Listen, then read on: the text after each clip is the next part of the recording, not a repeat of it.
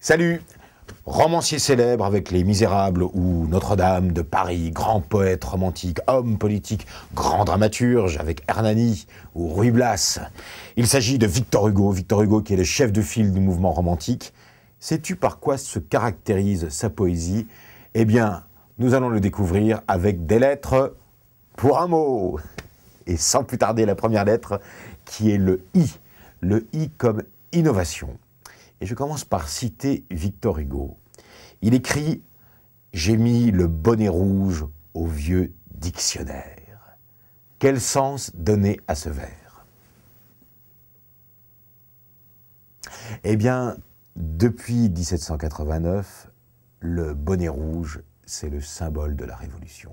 Mettre le bonnet rouge au vieux dictionnaire, c'est quoi? Eh bien, c'est révolutionner la langue. C'est-à-dire qu'il n'y a pas d'un côté les termes nobles et de l'autre les termes populaires. On trouve chez Hugo une utilisation très libre du langage. Voici comment il considère les mots. C'est un extrait d'un poème qui est tiré des Contemplations. Il suffit que je le retrouve dans mon livre à moi. Le voici. Les mots heurtent le front comme l'eau le récif. Ils fourmillent, ouvrant dans notre esprit pensif des griffes ou des mains, et quelques-uns des ailes. Rêveurs tristes, joyeux, amers, sinistres, doux, sombres peuples, les mots vont et viennent en nous. Les mots sont les passants mystérieux de l'âme. Alors pour Hugo, à quoi servent les mots? Quel est leur rôle? Eh bien, ils sont le reflet de l'âme.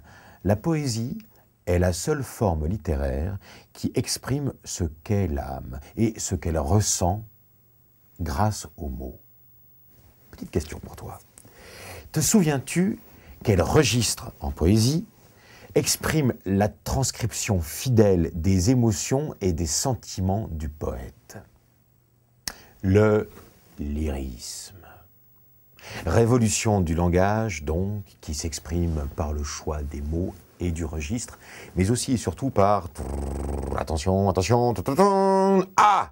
Comme alexandrin. Victor Hugo s'est félicité d'avoir considérablement révolutionné la versification.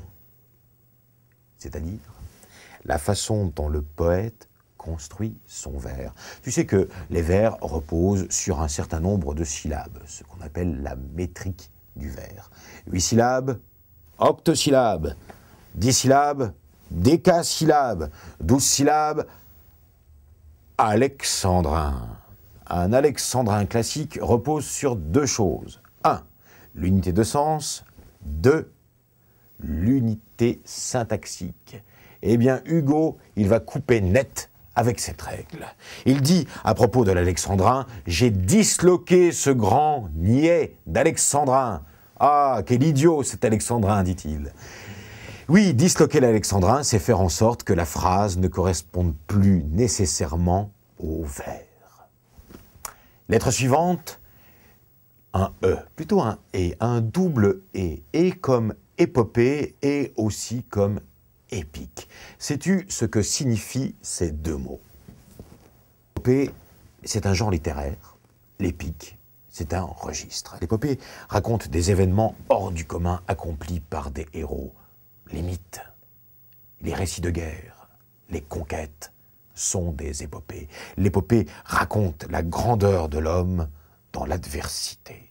Dans la légende des siècles, tu me diras, c'est un titre qui en impose, Hugo décrit l'épopée de l'humanité. Cette épopée commence avec les temps mythiques de la Bible et s'achève dans l'histoire récente, quasi contemporaine, puisque Hugo parle des guerres napoléoniennes dans lesquelles son père a combattu. Alors, en quoi Hugo est-il un poète épique? Parce qu'il parle souvent de l'histoire, de Dieu, de l'humanité. Ainsi, Hugo se distingue des autres auteurs, des autres poètes romantiques, qui accorde au sentiment et à l'individualité une place privilégiée. Pour lui, en effet, la subjectivité n'est pas à part. Connaître ses passions, c'est aussi connaître celles des autres. C'est connaître l'humain dans ses passions. Voilà pourquoi chez Hugo, l'individu est toujours en prise avec l'ensemble des hommes. La lettre suivante, c'est un M. Un M comme mage. Tiens, qu'est-ce qu'un mage chez Hugo? C'est un être supérieur et privilégié, un poète, un penseur, un artiste, un inventeur, désigné par son talent artistique pour éclairer le chemin de l'humanité tout entière. C'est un voyant. C'est de cette manière qu'il considère la fonction du poète. Les poètes voyants, les mages, sont, à la manière des prophètes, en contact avec un ordre supérieur, avec la vérité, avec la beauté. La poésie est par là une véritable façon de comprendre l'univers. Cette compréhension passe par les mots, elle passe par les sens, et non pas seulement par l'intellect. Mais surtout, la poésie est une façon de connaître les profondeurs du moi, de découvrir la sensibilité et les passions enfouies, qui ne se laissent pas facilement appréhender par la raison et le langage quotidien. Écoute. Ô insensé qui croit que je ne suis pas toi. Qu'est-ce que ça veut dire? Ça veut dire que lire Hugo, c'est connaître Hugo. Mais lire Hugo, c'est aussi se connaître soi-même, puisque la poésie est l'expression du cœur des hommes, et que les cœurs peuvent, grâce justement à la poésie, communiquer entre eux. Allez, lettre suivante, le G comme grand-père. Cela t'étonne? Ben oui, on associe souvent à la poésie d'Hugo sa stature de grand-père. Pourquoi?